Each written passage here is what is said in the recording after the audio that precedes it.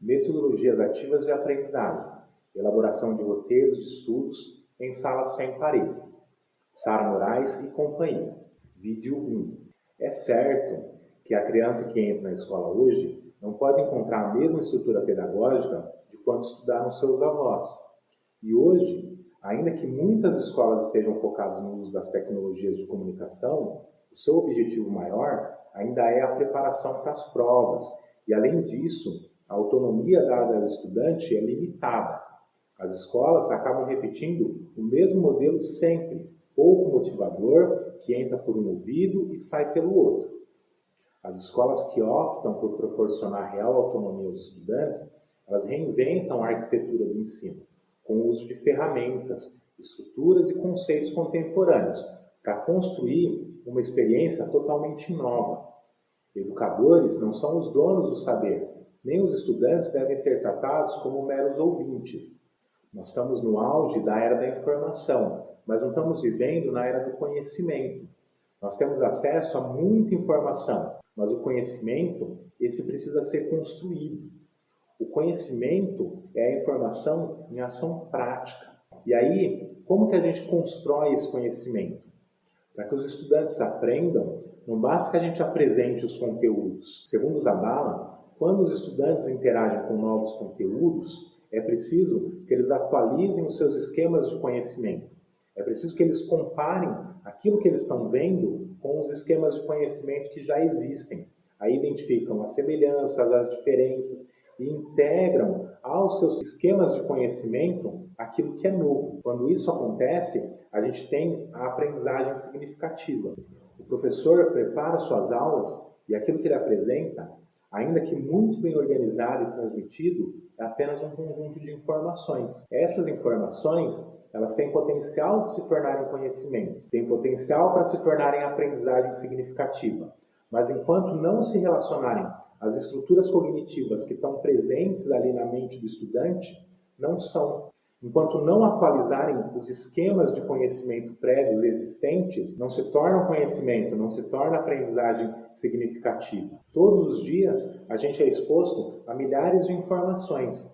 Os novos dados recebidos, eles só são assimilados, eles só vão fazer parte da nossa bagagem de conhecimento quando relacionados ao nosso conhecimento prévio, às nossas estruturas cognitivas, nossos esquemas que já estão em funcionamento. As tecnologias educacionais, elas vieram para ficar. Nunca, na história, a gente falou tanto de tecnologia educacional, de uso de tecnologia na escola. No entanto, elas só vão ajudar realmente quando a adoção vir para resolver algum problema encontrado pelo educador. Ou seja, primeiro o educador precisa ter um objetivo pedagógico e aí ele escolhe uma tecnologia que ajuda a atingir esse objetivo. Perceba, primeiro é o objetivo pedagógico e a tecnologia a serviço desse objetivo, tá? Não o contrário, como a gente vê muitas vezes. Em geral, os estudantes eles ficam mais motivados quando eles aprendem com tecnologias. Problemas de comportamento são reduzidos, a atenção e a aprendizagem aumentam. Também aumenta o comprometimento quando os estudantes eles ajudam no planejamento das atividades.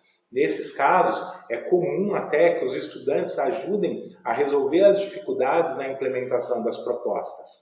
A tecnologia pode ser, sim, uma grande aliada no processo de ensino-aprendizagem, mas antes ela deve ser contextualizada, de modo que a proposta pedagógica venha antes da tecnologia, de modo que a tecnologia seja regulada pela proposta pedagógica, nunca o contrário. O uso das tecnologias digitais deve ser naturalizado, assim como é natural o uso do lápis e do papel. As tecnologias devem ser vistas como um meio, um instrumento que empodera o sujeito e amplia as possibilidades de transformação e sentido trazidas pelo processo de aprendizagem. Isso tanto para os estudantes como para os educadores.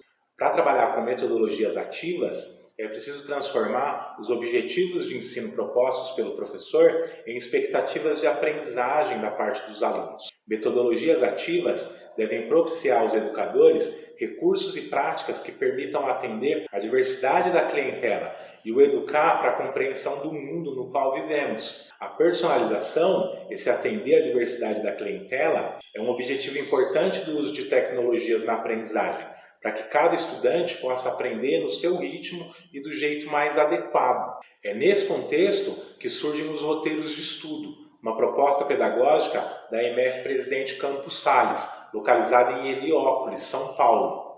Essa metodologia ela contribui para a aprendizagem significativa, pois, segundo os autores, trata de colocar em prática o ensino de forma contextualizada e lógica, de articular os saberes e dar ao educador condições de perceber claramente o aprendizado dos alunos. O desafio aqui é ter claro o que os estudantes já sabem sobre o tema, que é o conhecimento prévio, e desenvolver as mediações, as interações pedagógicas em sequência, de forma controlada, para que os estudantes relacionem as novas informações com seus esquemas de conhecimento e construam aprendizagens significativas, construam aí novos conhecimentos.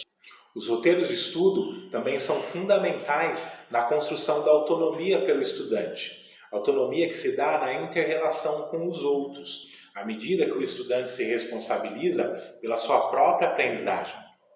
O estudante autônomo não é o independente ou o dependente, mas sim o interdependente.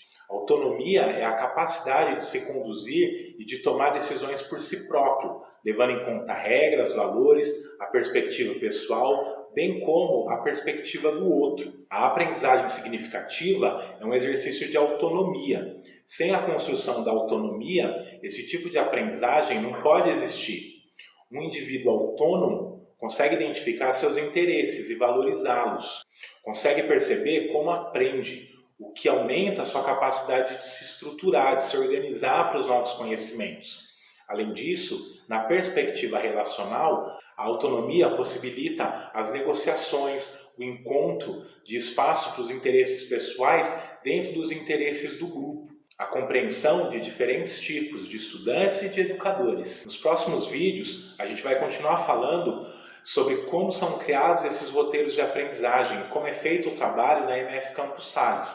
Por enquanto, é importante que você guarde a distinção que existe entre informação e conhecimento, sendo o conhecimento a informação em prática, a informação aplicada. A informação, depois que interage com os esquemas de conhecimentos prévios dos estudantes e modifica esses esquemas. A essa evolução dos esquemas cognitivos, os autores chamam de aprendizagem significativa e que não acontece sem a participação da autonomia dos estudantes. As escolas precisam de transformações que levem à aprendizagem significativa.